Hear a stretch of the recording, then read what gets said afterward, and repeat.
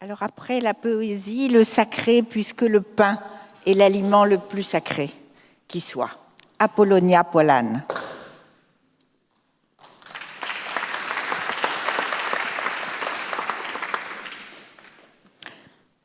Bonjour Apollonia. Bonjour, tu vas bien?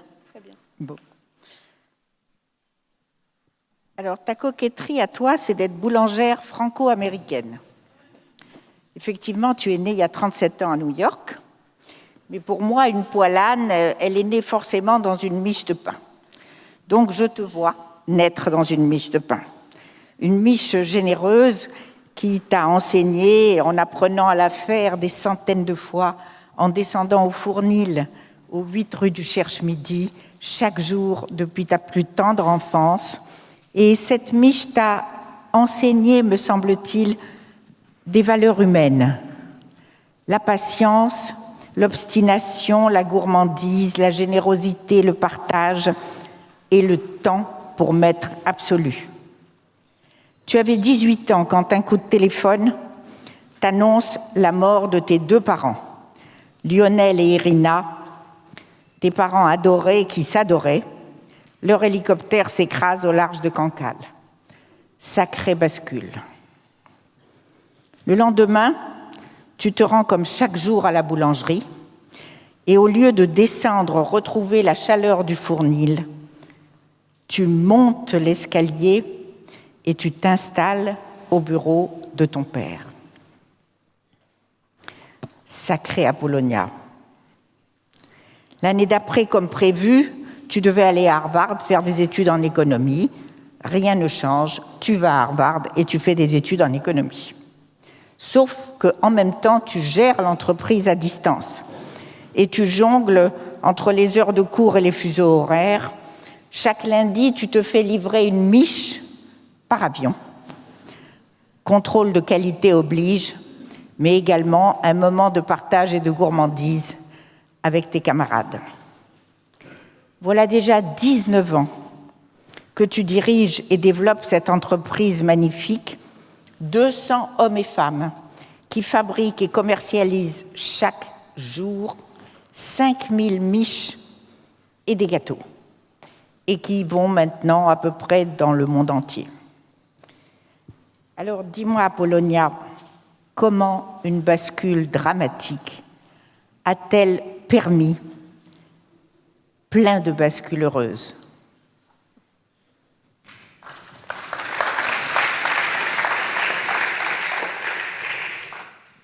Merci Perla pour ton introduction. Merci Muriel pour ton invitation à ce que je puisse partager ce moment avec vous ce matin.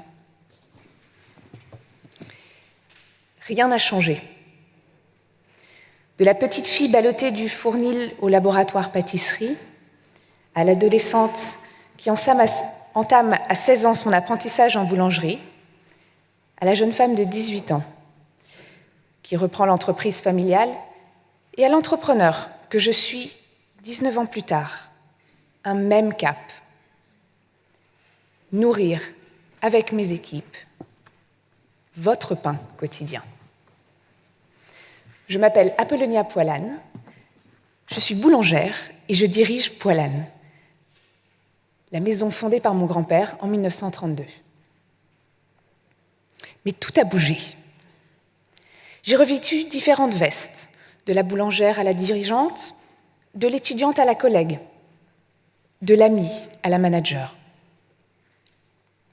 J'ai exploré avec mes compagnons et collaborateurs l'univers des céréales et de la fermentation, ouvert magasins et cafés à Paris, à Londres, écrit des livres et enseigné l'art de faire du pain. Avec le recul de quasi 2 décennies à la tête de l'entreprise familiale, il me semble pouvoir affirmer que pour que rien ne change, tout doit bouger. Dans mon expérience, la bascule n'est pas tant le précurseur du changement que la nécessité de revisiter, nourrir des constances pour garder des caps. Parmi mes premières bascules, la découverte de la sophistication de mes 5 sens.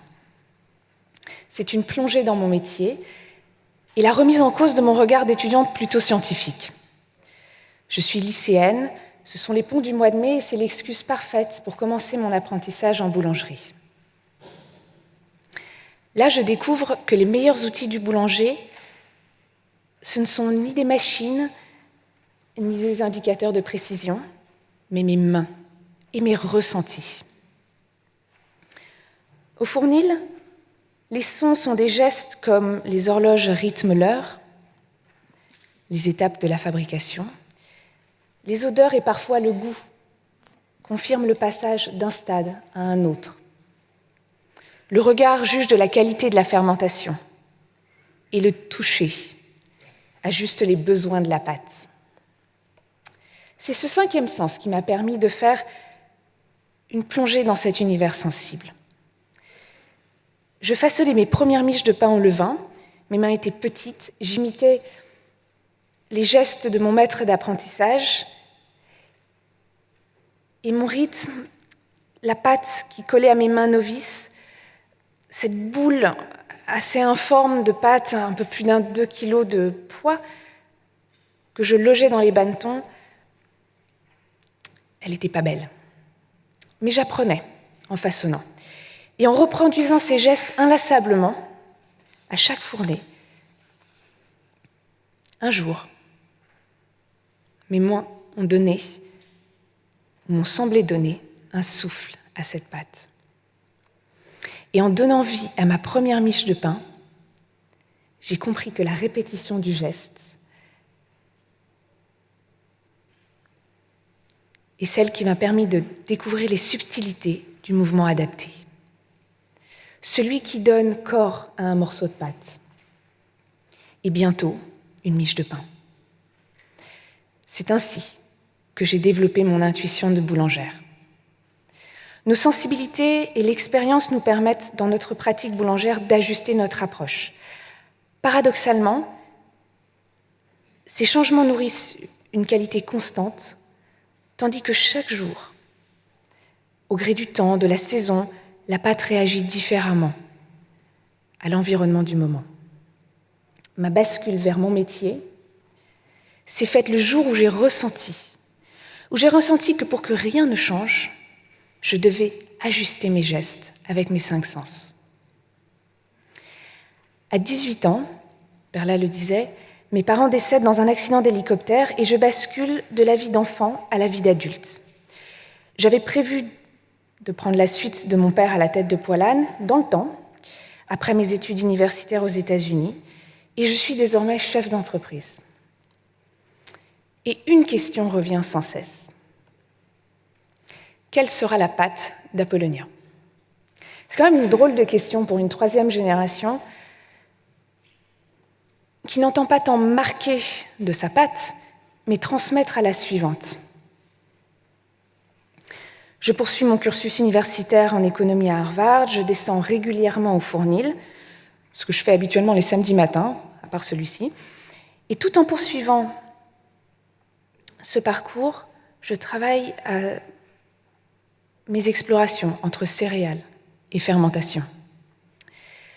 Mes moteurs sont ma curiosité, mon goût pour l'exploration et alimenter une bibliothèque de livres et d'illustrations sur mon métier, celle qui a été commencée par mon père.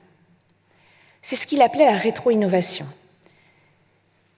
Et c'est mon état d'esprit. Prendre le meilleur du passé et le meilleur de l'époque contemporaine pour façonner l'avenir.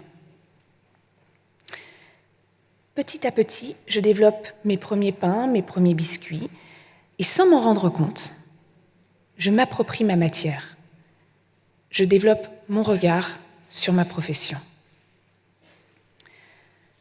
C'est ainsi qu'en 2006, je suis étudiante en dernière année et je me mets au défi de réaliser un cornbread, ce que je mangeais sur le campus le dimanche soir. Et mon défi était de faire un cornbread, un pain de maïs, 100% farine de maïs. Parce que dans mon esprit, cornbread se traduisait pain de maïs, excluant un quelconque mélange de farine, de blé et de maïs, comme la plupart des recettes le suggèrent.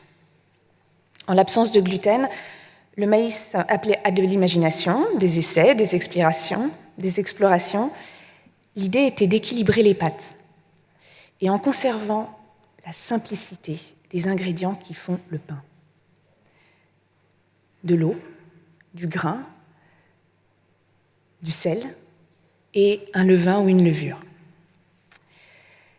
En palliant maillage glutineux par le mucilage d'un lait d'avoine et de graines de lin, j'ai réussi ce défi et mon pain de maïs, ainsi, pétrissait ma définition du pain.